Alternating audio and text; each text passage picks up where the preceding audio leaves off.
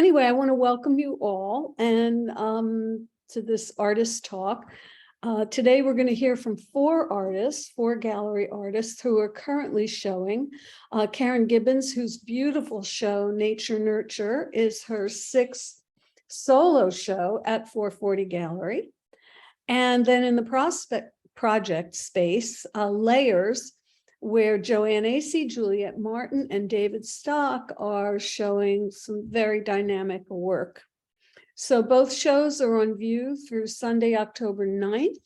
We're now talking about a little gathering on next Saturday, which is going to be a very exciting day, early in the afternoon, because just to have another party for Karen and the other artists. So we'll get into that later. So the gallery's open Thursday and Friday from 4 to 7, Saturdays and Sundays from 12 to 6. And it's also open by appointment. So please feel free to get in touch with your favorite artist and have them bring you to the gallery if need be.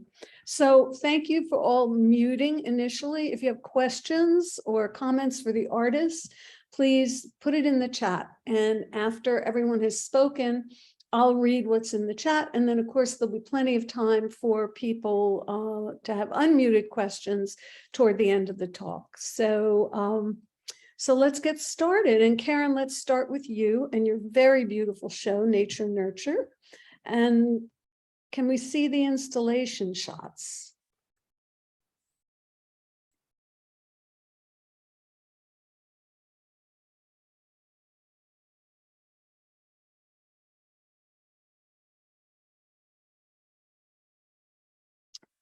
I mean, all our shows are wonderful, but this is a particularly gorgeous show, drawing people in.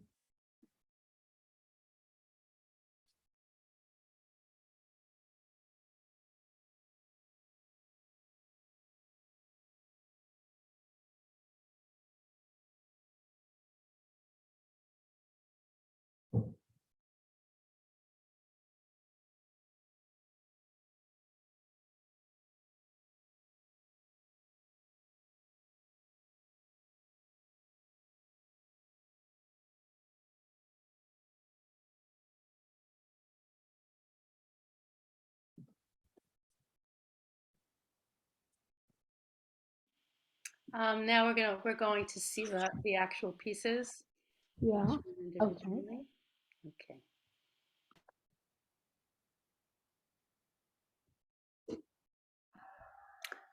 So I might just say that they're all mixed media, either mounted on boards or directly painted on boards or constructed on boards. And there's collage in all of them. Yes.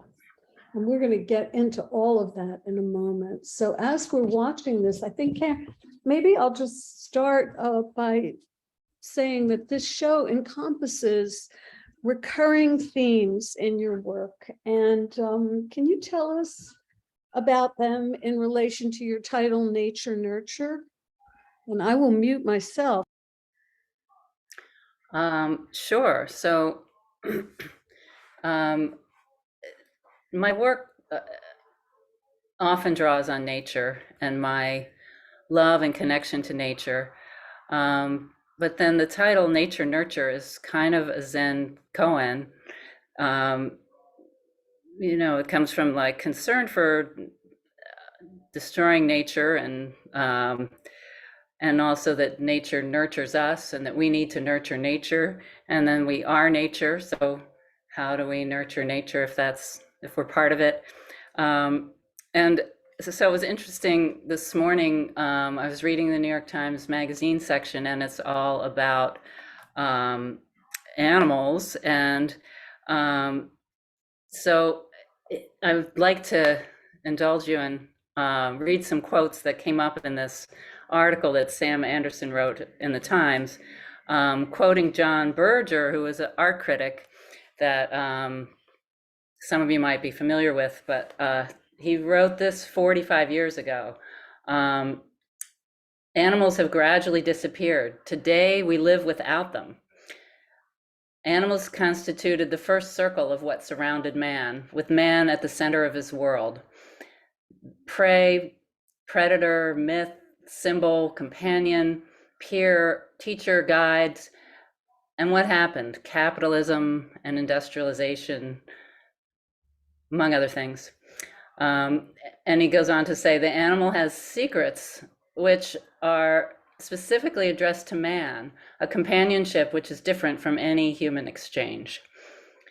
Our lost closeness is existential pain, the state of alienation where we continue to yearn for those parallel lives. And this is mystical or spiritual, as our own animal bodies look to locate ourselves on the map of the universe. So this is something about what my work is about. And then they go on to talk about Peter Mathison's The Snow Leopard, where at the beginning he's told one can stare at it from yards away and fail to see it. And then he goes on a journey to search out the snow leopard and says, simultaneously, I am myself, the child I was, and the old man I will be. And then ultimately, he never does see the snow leopard, but he's fine with that. He says it's a tangled message of the nature of visibility and invisibility, a lesson in loss. We've seen so much, maybe it's better that there's some things we don't see. So this is with the way that I keep bringing back themes that I've worked with before and where they are in the layers and what's shown and what isn't shown. It's all something about this kind of essential truth of us as humans and my own journey of self-awareness. So for me, it's about nurturing one's own truth or our true nature.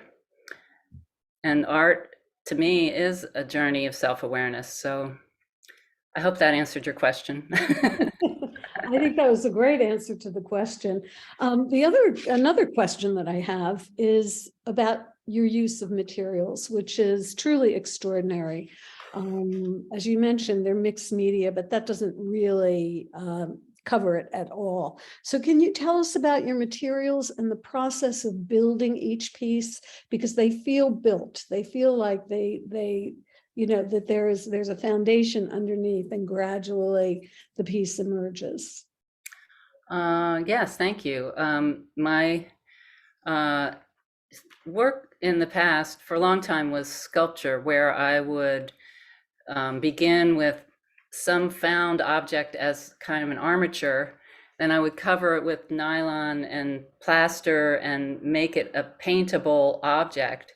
And so for practical reasons, I've moved away from sculpture, and but I still enjoy using found beginnings. So a lot of these are found boards.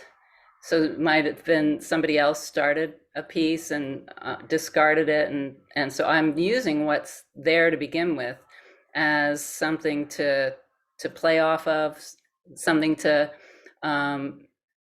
leave a little showing through. Sometimes it's words, sometimes it's yeah. If you go to the crow, Susan,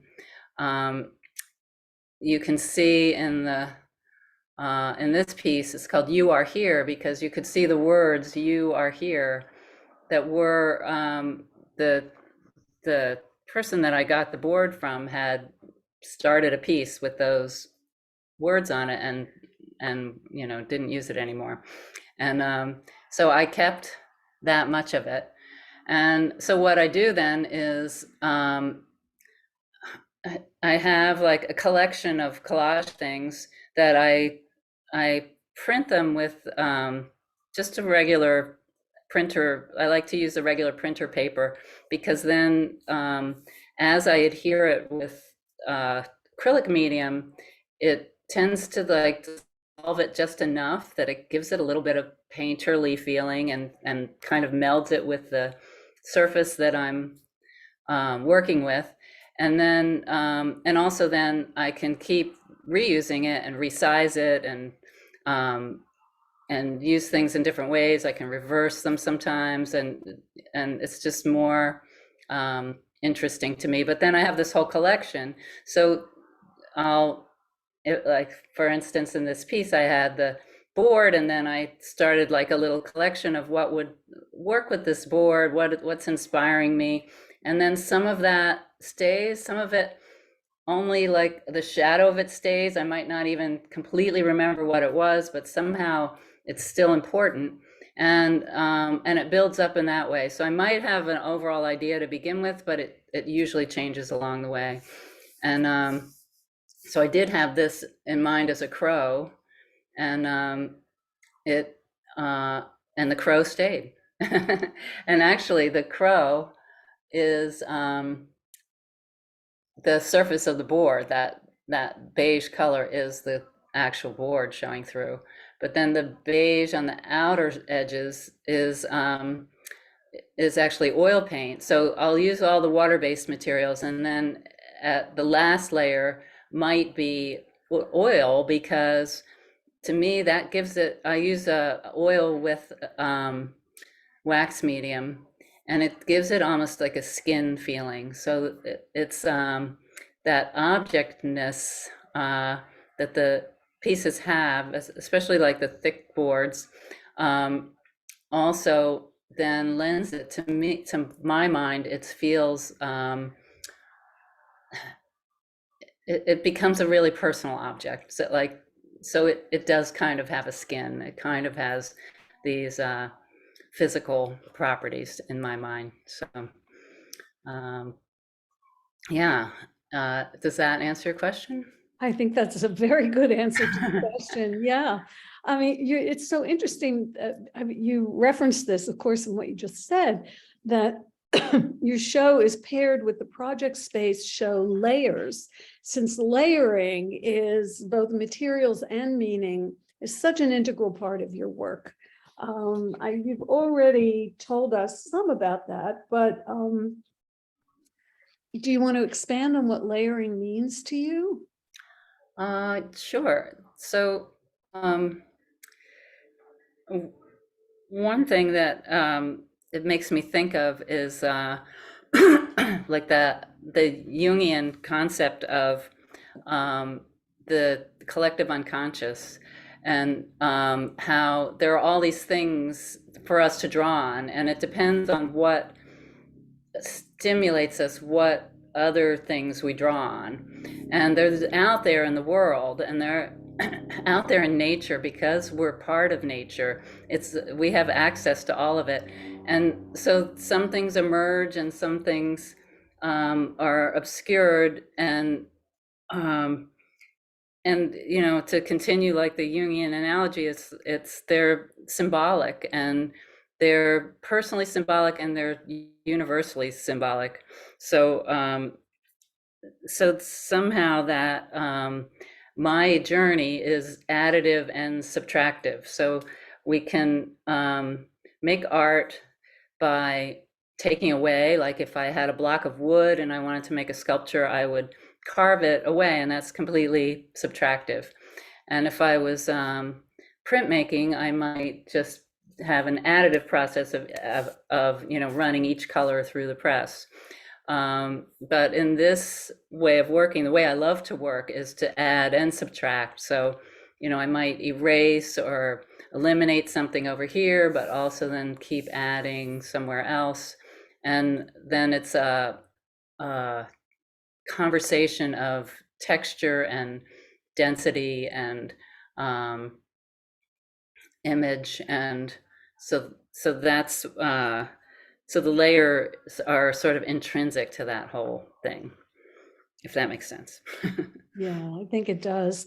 And you, again, also touched on this, which is that your work in this show and in others often comes in multiple panels that can be assembled and organized in various ways. And I wondered whether this was part of your sculpture background, or has it arisen from other influences? But I think that there is, you know, the objectness of your work as you said, really connects to the sculptural part of a thing, making a thing. Yeah, and so objects can be moved around and played with. And so I always think of them that way, like and turned and Susan actually could show the other version of this one piece. It can be hung horizontally like this, or the two panels can be hung vertically. And now you can imagine that there's other ways to hang it. And they're the same, but they're different. And you start to make different associations with different shapes coming forward. And but the idea that you can move them gives a sense of control, I think, and like using your imagination. So even if you only hang it this way, in your imagination, you can imagine it different ways. And I was thinking about that today when I was doing Wordle, how it's sort of similar to that. Like, how do you do Wordle? You have to keep imagining the letters in different order. But this is more fascinating to me because so many things can change every time you move the pieces around. And so there's something also about like the idea of things falling apart and coming back together in some different configuration doesn't mean that all is lost. It means that something new, something interesting, something different can happen. Great, thank you. That was wonderful. And again, the surfaces, the colors, the show is really terrific. And I hope that you get a chance to see it in person if you haven't already. Kay, will you be back in time or? Yes, just in time. Very good. Great, great. Thank you, Ellen. Yes. Thank you, Karen, very much. And now let's move on to our current show in the project space, Layers. And Layers is a 3-person exhibition. It's photography, painting, and storytelling. Joanne Acey, Juliet Martin, and David Stock examine the use of layers and how it can influence the message of their work. And in this show, layers refers to literal construction, but more importantly, to an exploration of a concept. So let's see some of the installation shots for Layers. And again, such a vibrant show.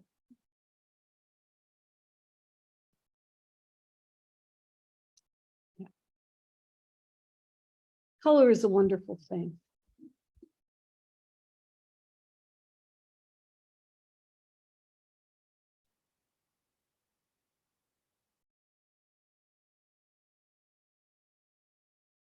Great, so David, I think we'll talk to you first.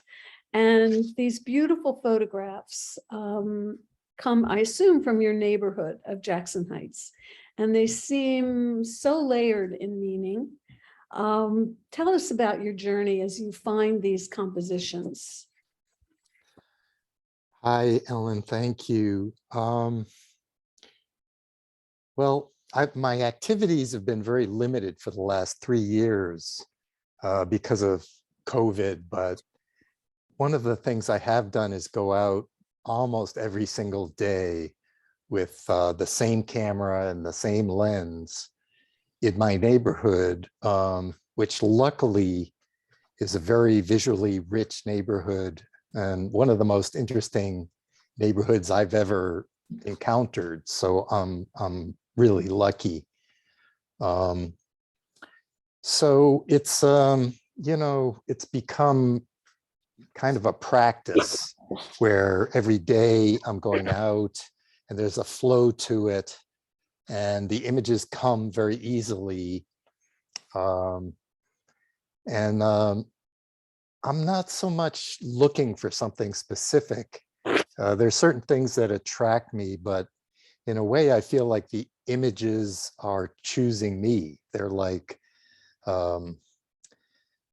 I'm feeling really, it's almost like a meditative process of being very aware, but I'll come around a corner and I'll see something where everything just seems to fit together.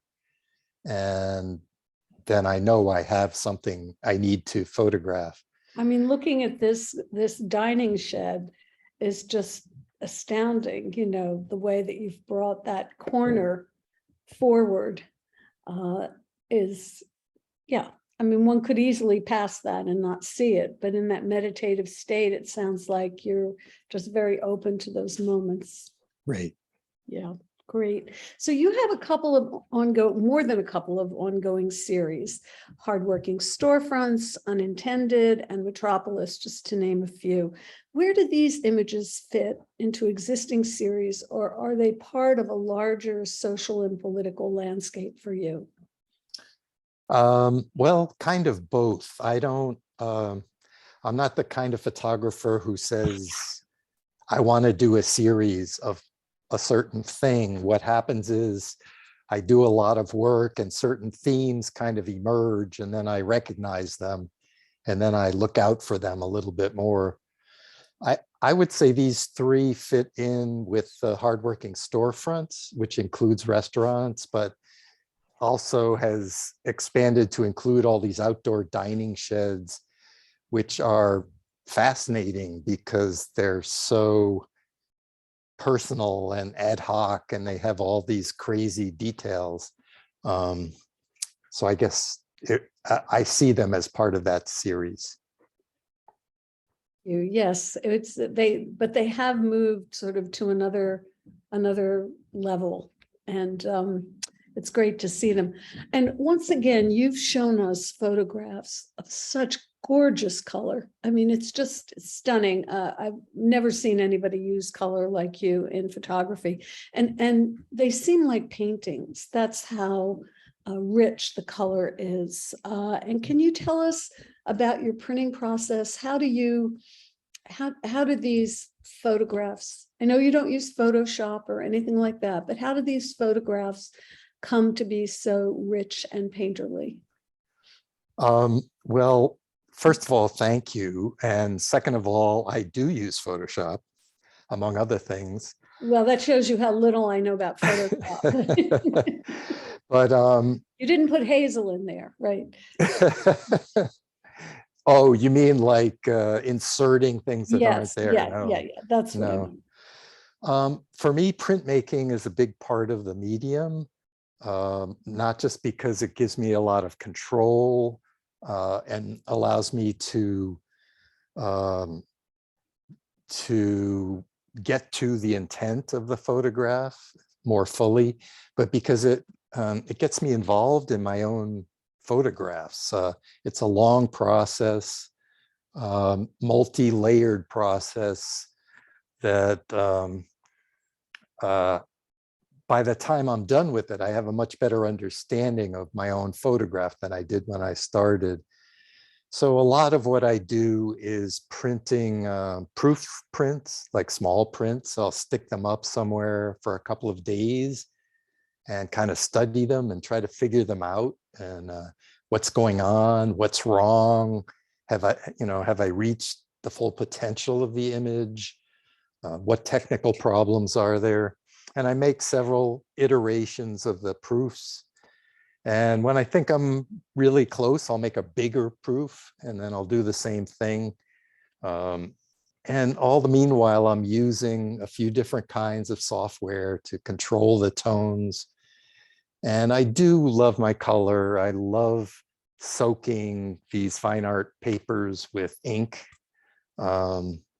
It's a tremendous pleasure. And it was kind of a surprise many years ago, because I was enthusiastic as a darkroom worker, mostly in black and white, but some color.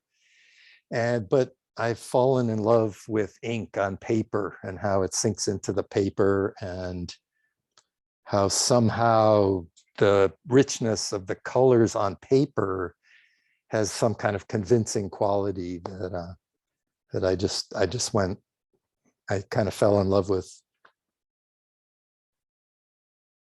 Well, that love comes through. These images really feel loved and understood. And I'm a big fan. Actually, I'm a big fan of all the artists in the show. And I would encourage you, when you go to the gallery, in addition to seeing the work on the walls, and David's comes to mind because a photographer can keep quite a bit, in their flat file drawer, but all of these artists have flat file drawers as well as work on the wall. And it's great to just ask whoever's gallery sitting to open it up so that you can take a look. So great. Anything, I think, David, thank you so much. These are wonderful. Thank you. And great. And now we're going to move to Joanne Acey and her part of her series, Urban Beat.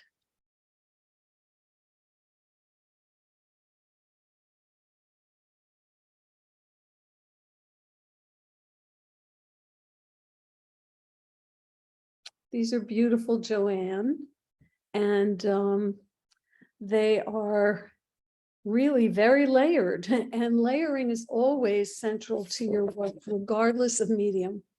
Can you tell us about the meaning of that process for you? Because it is an essential part of your work. You have to unmute, Joanne. Yeah, unmute. Ah, now we can hear you. I'll break there and keeping it silent. I think I've always done collage, but also when I was teaching, I did a lot of collage with my students because I think it was less intimidating for them to cut or tear paper and to move it around before they made any final decisions. But even as a young child, when I would go visit my father's cousins, they would treat my sister and I to go to Ben Franklin's and get a toy. And I would always buy wrapping paper and ribbon and go back and make everybody a little piece of art with that. So I think there's always been that part of me that loved collage. But in this series, Urban Beat, I had been working on a series of drawings, Urban Stories, which was my last solo show. And I like to go from one medium to another, just to break up my week or my day or my month. So I began working much larger than these on this series, which I'm calling Urban Beat.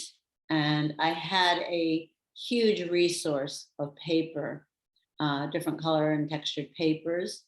And I didn't want to just cut them. I wanted to actually tear them and give them edges and give them a little bit more texture. And I used the motif of buildings and streets and traffic and noise to what I felt was the beat of the city, or in Brooklyn in particular at that time. If only the beat of my block were as beautiful as these collages. That's all I can say. Yeah, there's a lot of beat going on out on the street. But I was going to ask you about that. I mean, there's a different color palette here, and I think it relates to the different material that you used here in Urban Beat. Is it all torn paper, or is there also some paint? There is some paint, but very little. I think some of the black images there, the shapes and some of the lines. I want to point to it, but you don't see me pointing to it. So it's mostly the black work that is some of the paint. Yeah. Yeah, because the color palette is very, very different. The paper as opposed to the paint. And the first, this is actually Urban Beat 3, 4, 5 that you're looking at, but Beat 1, 2, 3 was a much more autumn browns, oranges, reds. And then as the series grew, I started to incorporate brighter colors and even more joyful colors, I think. But it was autumn when I started this, so I think I was thinking sort of in a neutral palette when I started them. But yeah, there is some very an autumnal feel to some of them. You mentioned series, and that's actually leads me to my next question, which is that you often work in series, and you just told us a little bit about this series, Urban Beat. But I'm curious, do you work on multiple pieces simultaneously, or do you work on them successively? And how does that influence your work? I do both. it depends on the size of the work I'm doing. If I could work on more than one, I like to do that. And what's happening now in my smaller studio situation is I might begin a piece and then put that piece on the floor and bring another piece up to the table. But I usually do work on multiple pieces at a time, because I think for me, I find things as I'm working. My work sometimes looks very planned, but in reality, it's a very spontaneous relationship. I react to something that's there, and then I build on that. But I think working in a series, each piece grows or relates to another piece, and I like that kind of movement in the work. Or something that I really like in the first piece, I try to capture that some other way, or make that part of the next piece a little bit smaller, less important. But I like my work to relate to each other. That's great. Okay, good. I just wanted to check that I had muted myself because of the noise upstairs. You know, I just had a thought, and it came and it went. But I know that you work similarly in paint, and just curious if that changes. I mean, these are quite large, and I know some are larger. And you know, working with paper and collage it seems to me like more difficult to move that around as you're working on it than perhaps something that is paint or another drawing material adhering on its own to the paper. Let me just talk about that for a minute. It's funny because when I was teaching students and trying to get them comfortable with building a composition, I say you can move that around, you don't have to decide now. I am much more direct. So I will just start gluing shapes and then building more shapes. So it's not laying around on the table too long before the glue is applied. But I can tell you at the end of the day, there is paper everywhere, on the floor, on the table. So, but I approach the collage, I guess, pretty much like I do the painting. Like, I'm going to put it there, and if later I have to change it, I'll just collage over. And that's the joy for me of both painting and collage. Where on my drawings, my pastel drawings, it's much harder to say, oh, I'm going to wipe that spot out, you know, it's soft pastel. So yeah. I don't know. Yeah, and these are not small, these pieces, but you said that some are much larger, and I'm just curious, are they being shown someplace? No, they're in my flat file, not in the gallery, but I think they're so big, you know, and you know me, I'm always too fast to frame things, but but they're so big, and I have nowhere to really, but I would say they're probably 44 inches by 30 inches unframed. Yeah. The big ones. Yeah. Great. Well, thank you. This was wonderful. And again, please try to see them in the gallery. And I'm guessing that you have more in your flat file? Not of the collages. Oh, okay. But they could be made available at any time. Right. Thank you, Joanne. You're welcome. And now we'll move on to Juliet Martin, and see her work.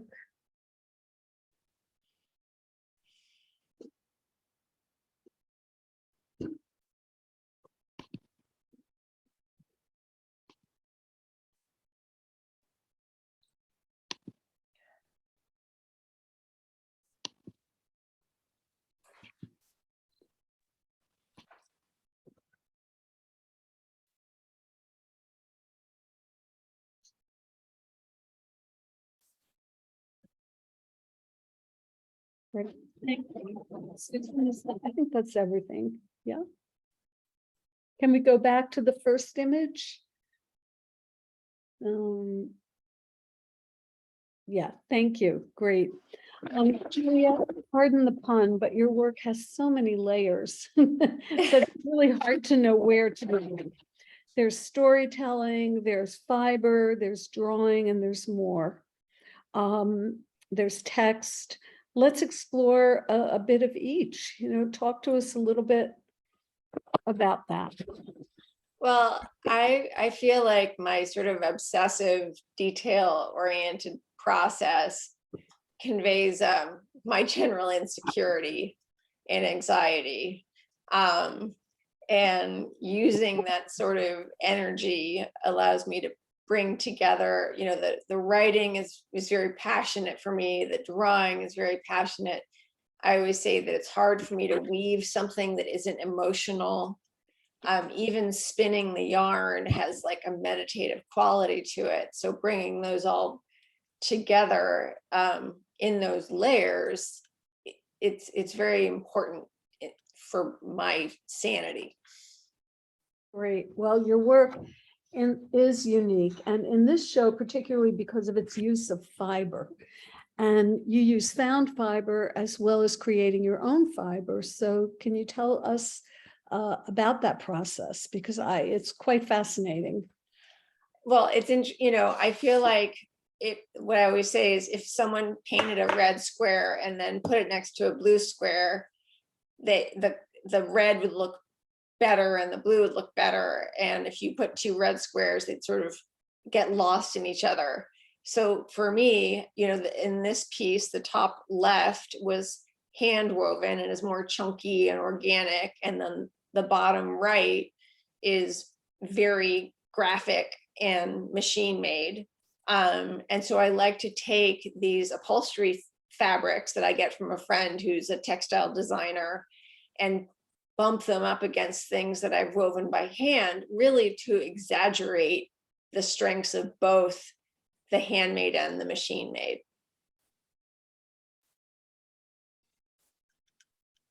I can't hear you, Ellen. Okay, you not only weave your own fabrics, but you also spin your own thread. So that might be interesting for people to know about. Yes, I do spin my own, not all of it. I would say like 25% is spun by me. And for me, it creates, it creates a bond between me and the materials that I don't have with the machine made yarn. I mean, I love yarn across the board. I don't want to make any yarn jealous. But I do have an attachment to the hand spun yarn. I get what I want. It's like when you mix the pigment for your paint. No one's going to look at it and go, oh, that paint was put together from these powders and this medium. And the same thing, I don't really expect people to look at the yarn and think that it was handmade, but I do want them to look at the yarn and get a sensation that maybe they wouldn't have such a strong reaction to. Great, thank you. And your use of drawing also has many facets and various origins. So tell us something about your images. For these pieces that I'm showing today, they were all taken from family photos. Like this picture right here is actually my little sister when she was jumping off a dock into the water. And then of course the rib cage was dropped on top of that, and the rib cage was extracted from just a photograph from Google Images. But I do like to take sort of like, if you go forward to some of the drawings, this particular group, I would take these images, like here's me like trying to get onto the gymnastics team, which I didn't because it's unfair, but here it is. And to combine it with sort of like strange, uncomfortable text, I think makes the image a little weird and almost a little, you start to feel the discomfort of the drawing itself.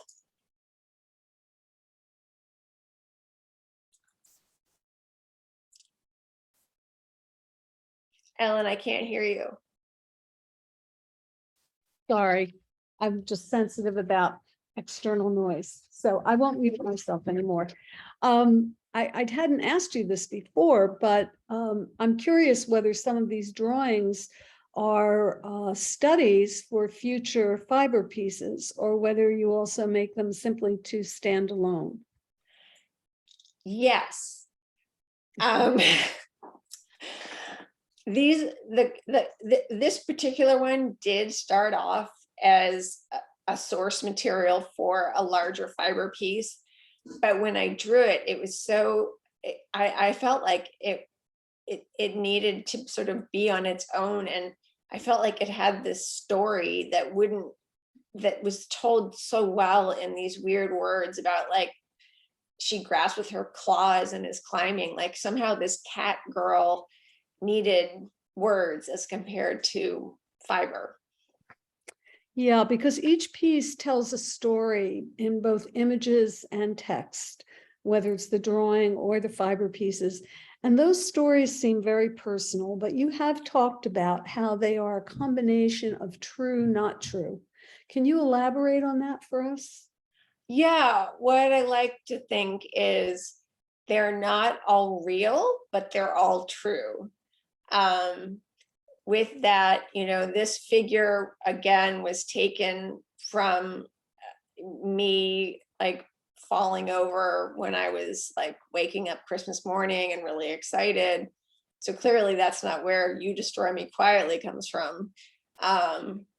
But having this spine go through, that feeling is created, and I've had that feeling, but the portrayal is different. Clearly I didn't get stabbed Christmas morning, Right. but that this sensation has happened to me and will happen to me again. And I hope that sort of like construction will allow other people to be able to look at it and say, like, yeah, I felt that way when I fell out of love, or.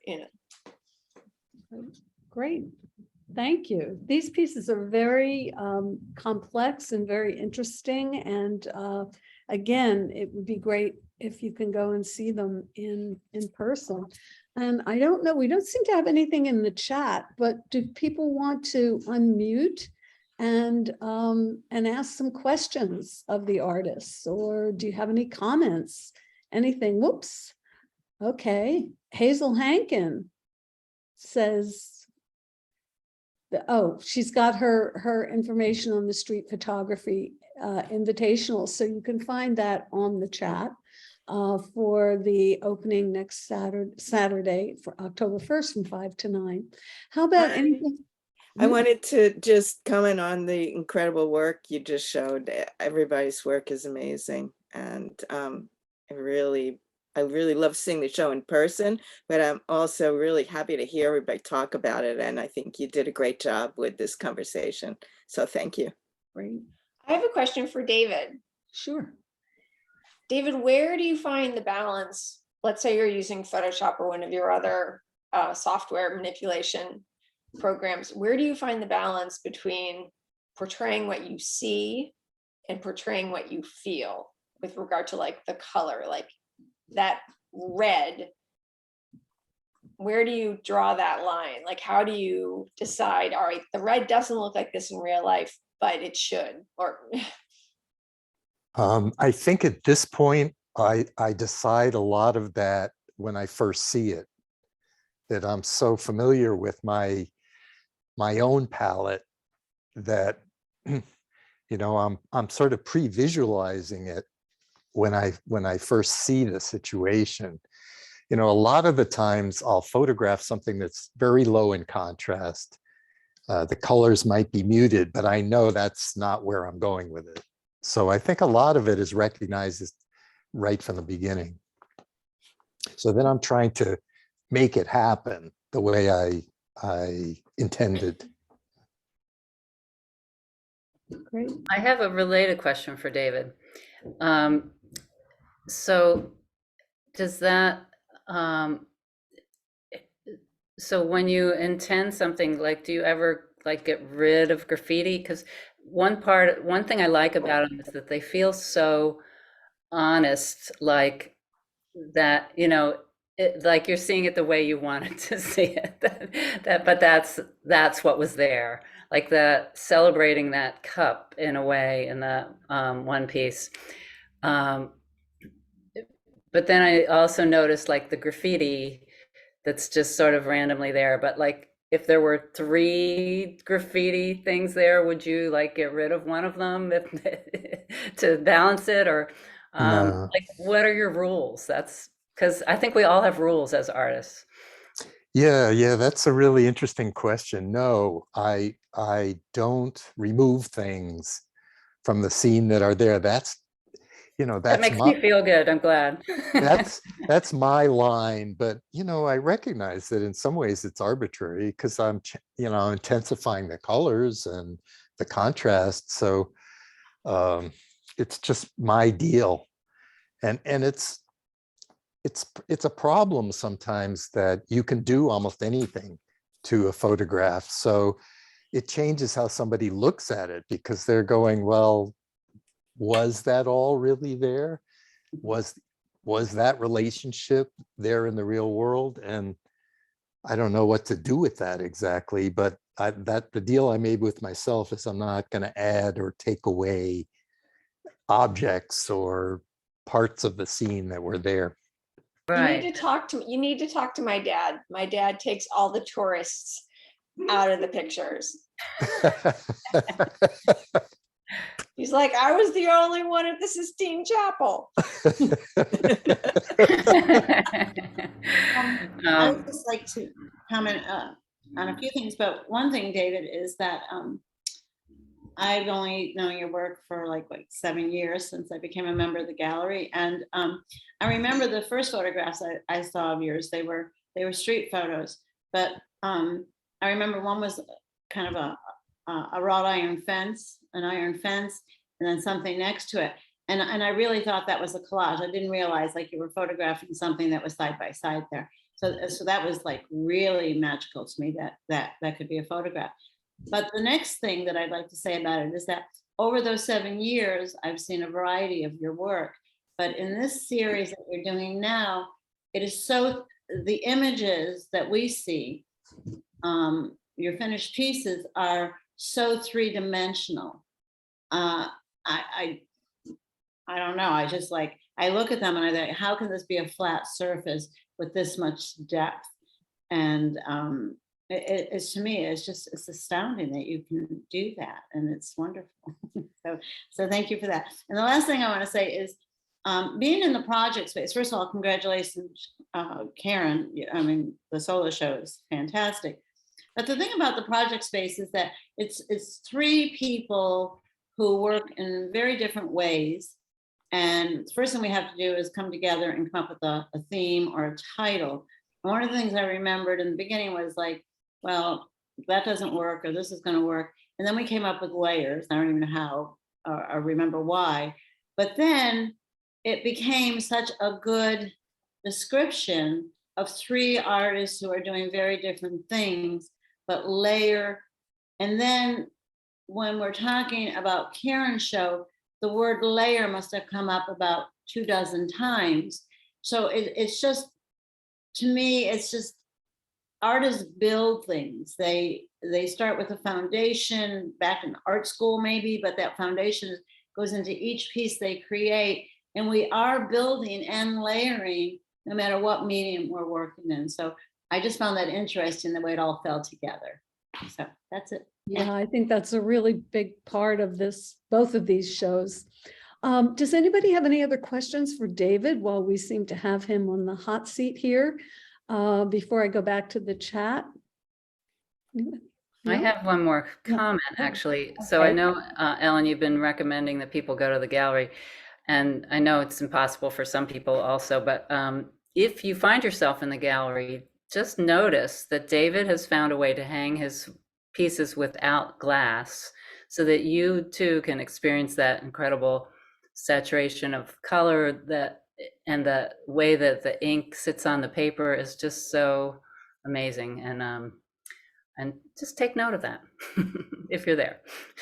Great idea. Janet Peterson has a question for Juliet. She would like to know, Juliet, do your works begin with the story, or does the story unravel or unfold as you work? Good question.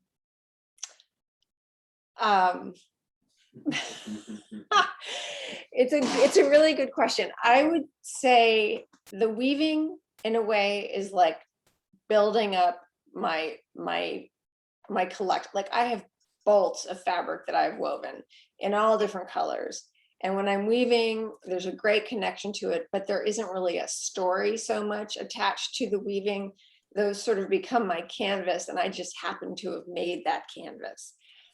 When I start drawing, I usually have some vision in terms of like, I want to take this picture of me when I was a little girl and twist it a little and turn it a little. But when I start writing about it, that's usually when I start collaging other things in as well.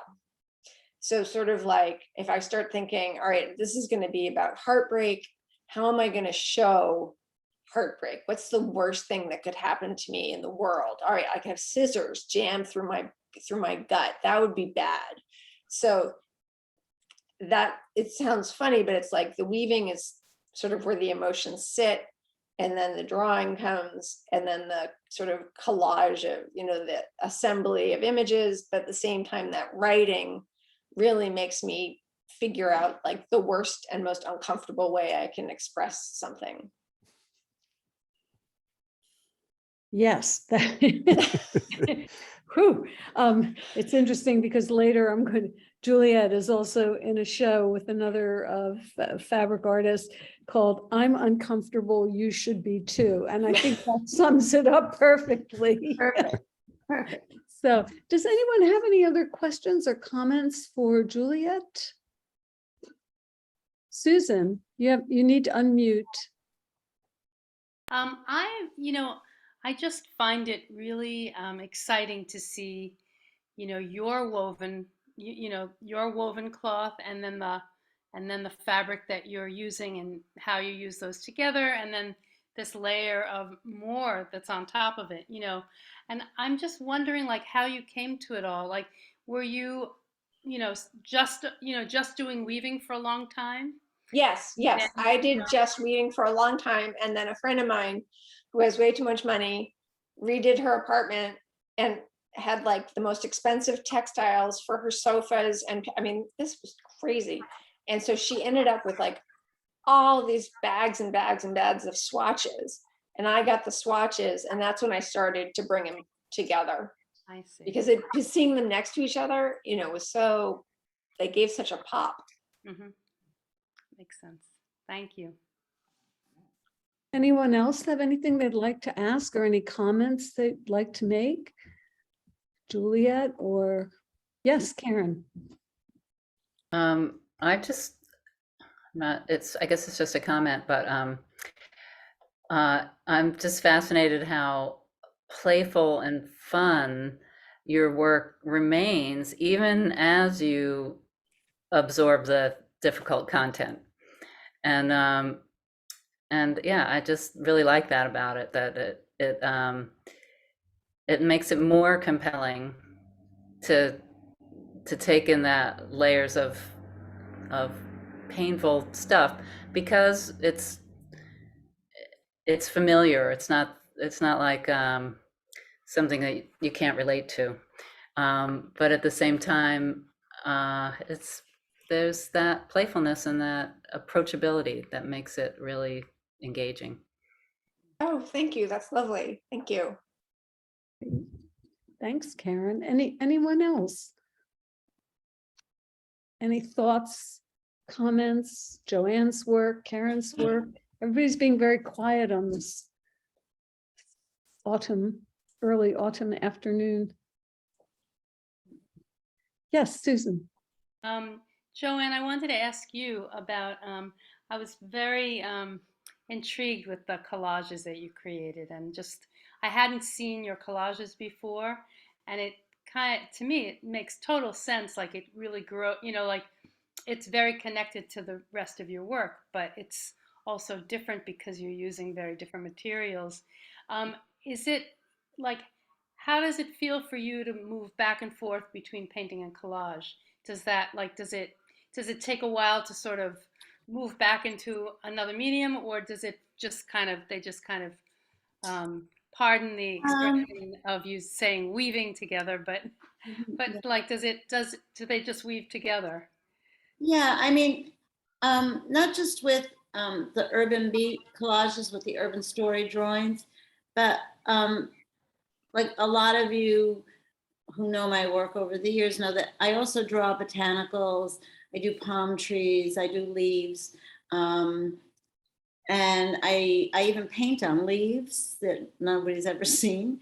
So for me, like drawing trees or leaves, and then I did a whole series of collages that deal with trees and paint. I think as a two-dimensional artist, I just love all of those mediums. I still miss oil, but I have found other ways to paint that I feel is still very spontaneous. And thanks to Janet Pedersen, who's there. She introduced me to another paint called Flash, and I'm really enjoying that. But I really love all the media that I work in. And I think now even I'm working on a series that I'm calling Dreams or Dreaming. And I was doing everything in paint. And the past 2 weeks, I switched over to pastels again, which feels good when you go back into something. And I don't know if you can see my fingernails, but I still have charcoal deep in here. So it's the love of the material and the paper. So yeah, I don't feel like I'm going off into some new space when I switch material. Yeah. Thank you. Hi, could I comment? Hi. Yes, please, please. Hi, I wanted to say hi, Joanne, and Oh, Gigi, hi. and I want to say I got the invite to Joanne, and it's really a beautiful show, and that it's just been wonderful to hear you all speak about your work and the familiarity you have with each other's work and growth, and just to hear the feedback. And I want to say, Joanne, I didn't realize those were collages because I know you for your painting. So when it was pointed out, I could see, and what came to mind for me was the vibrancy of the color, and then just like sort of like the patterning and how I could feel sounds, like the sounds of the city, like not only like the color, but also the sounds. And so that's what really resonated with me, looking at your work. And Gigi, first of all, everybody, Gigi's a wonderful artist. And we know each other from when I was over in Fort Greene, Clinton Hill, part of the South of the Navy Yard artists. And I miss you so much. And I miss Kathleen so much. So it's so nice of you to do that. Well, I'm here in upstate New York now. So that's where I'm coming from. And so this is really great. So I just wanted to say, thank you. I'm glad I was able to, be a part of this, You call me anytime. You always have a bed here when you want to come back. All right, girl, I will do. I love seeing new faces on the Zoom artist talk. So great, Gigi. It's lovely to have you here. In the chat, Janet Peterson has a comment and a question. Karen, congratulations on your beautiful show. Could you talk about your use of the simple basic shapes in this series? She said she would unmute, but it's noisy where she is. So Karen? Thank you, Janet. Yeah, I think of them, the shapes that I've been using as sacred geometry, which is just geometry that's found in nature and makes up all of the things around us. And I realize I'm using it as kind of unifying element, and just an interesting, challenging way for me to find new ways to integrate the collage and the mixed media, so that it provides more possibilities for rearrangement, or just the idea of rearranging. And even the ones that don't seem to have that, the two that are stacked in the gallery that you saw in the installation shots, the hawk and the snake, I think of those two as companion pieces. They're using the same shapes but in different ways, and they can also butt up next to each other and do some interesting things. She just froze. Oh, Karen froze, Geometry. but in a wonderful, with their hands like that. That was beautiful, right? You were frozen there for a minute, Karen. Yes. Oh, really? Yeah, but Sorry. in a very dramatic way. So that was perfect. Yeah, thank you. That's good question. Anybody else have anything? Let's see. Okay. Catherine Acey says, I love all the work, such immense talent. I so enjoy these talks when I can attend them, which gives me a deeper understanding and appreciation of the gifts you all share. I think then there was some, is that about right, Catherine? Yes, good. Yeah, it's really, it's a wonderful thing, or it can be a wonderful thing to hear artists speak about their work. Not always, but mostly.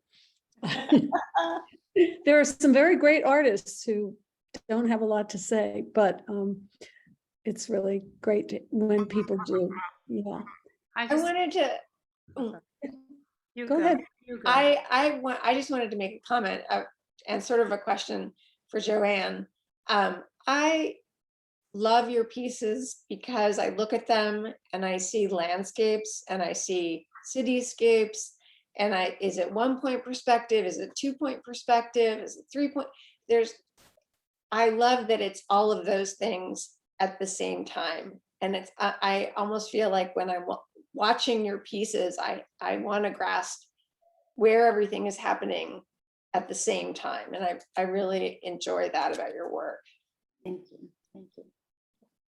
Hey, Susan, did you want to? Yeah, I just wanted to say that I really enjoyed hearing all the artists today. And it's funny, it's like all of the work is about layering and, layering in terms of what you're thinking about, and also imagery and the materials you use. But today we have the whole other layer of hearing about the work. So it's like the final layer that we needed to have for all the work. And I really, one of the things that's interesting as a gallery member, I know all of you and I see your work a lot, but hearing about it, I always learn something new, and I always learn something that inspires me in a way that I didn't expect to happen. So thank you. That's a really great experience for me. That's wonderful, Susan. Thank you. That's great. I have a bunch of announcements, but if someone has another question or comment, happy to have you.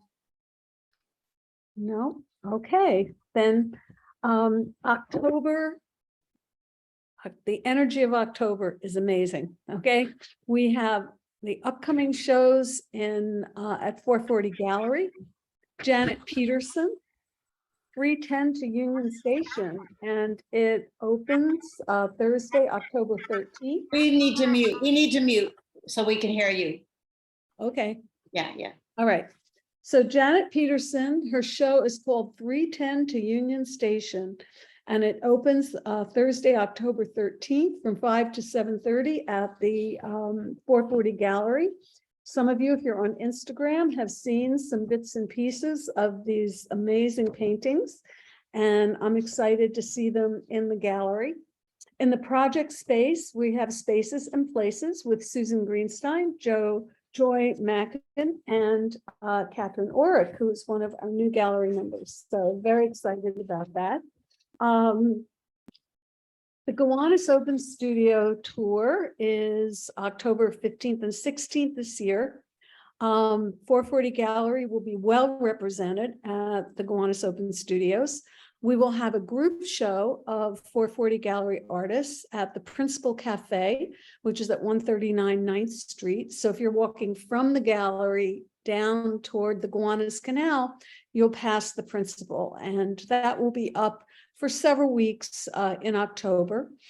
Karen Gibbons and I will have work in a show called Renewal at the Gowanus Dredger's Boathouse. This is specifically for some displaced Gowanus artists, which we are. And that will only be open on Saturdays. During the tour, it will be open both Saturday and Sunday. But basically Saturdays, October 8th to the 29th from 1 to 5 p.m.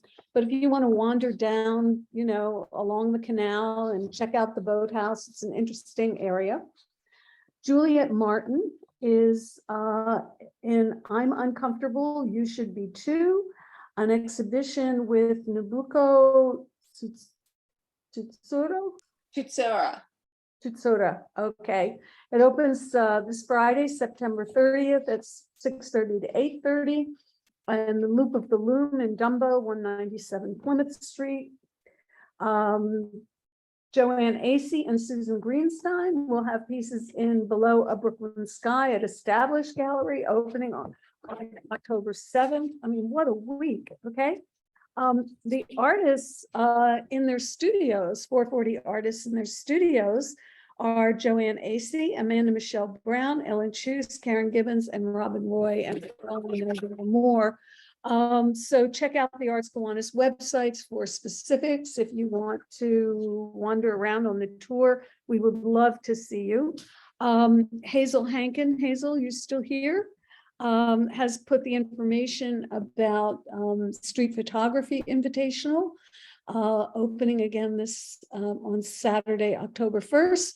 And I think, Karen, we're now talking about having a little toward the end of the show party at 4:40 on Saturday, October 1st. So you can make a day of it. You can come to 4:40, and then we'll all move down to the Kentler Gallery, which is also having a little party for artists, and then we can go see Hazel Hankin's work. So That's my plan. we can do an art crawl. Okay, meet us at 4:40 for the art crawl, or any one of those. What have I forgotten? Is there anybody else showing who would like to let us know? Joanne, do you unmute?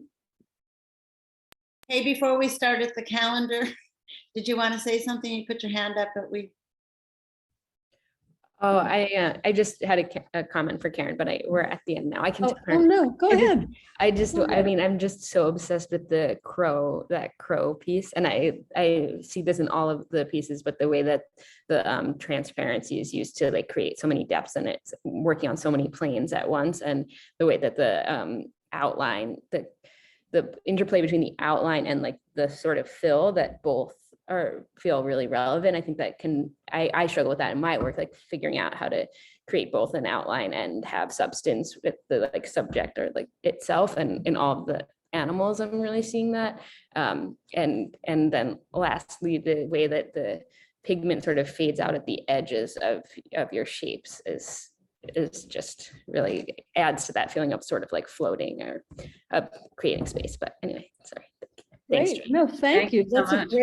great way to end. Joanne, did you want to say something? You're just stretching. You're muted. I know. Muted. You're still muted. I just want to say that this past summer, I mean, belonging to a cooperative gallery is really a great way to continue to share and to learn. But if you're not part of a gallery, I encourage all of you. I mean, I have been so influenced by some of my gallery mates. I mean, and as Kay is talking about Karen and the influence, and I encourage, I went to see Janet's studio this summer, and it just filled me with so much inspiration. So if we have the opportunity to share each other's work and visit each other's studio, I just highly recommend it. Great. Good night. Okay, that's a great way to end. So thank you, Lisa Dombrau. Thank you so much. She said this talk was fascinating and I love the show. Thank you so much. And I want to thank all of you for coming. And if you are not already on the 440 mailing list, please make sure you go to the website, and so that you will receive information about all of these shows in a timely fashion. So, okay, anybody else before we say goodnight? Thank you, Ellen. Beautiful job. Thank you. Thank all of you. And Kay and Susan, who do the tech, Ah. I bow to you. I bow to you. Thanks. I know how to get onto Zoom, and that's about it. So, And I don't know how to get off. okay. Oh, it's very easy. There's a little red thing in the bottom. Okay. Thank you all, and hope to see you Saturday at one of these many events. Great. Or at the gallery. Good night, everyone. Good night. Good Good night. night, everyone. Thank you. Good night.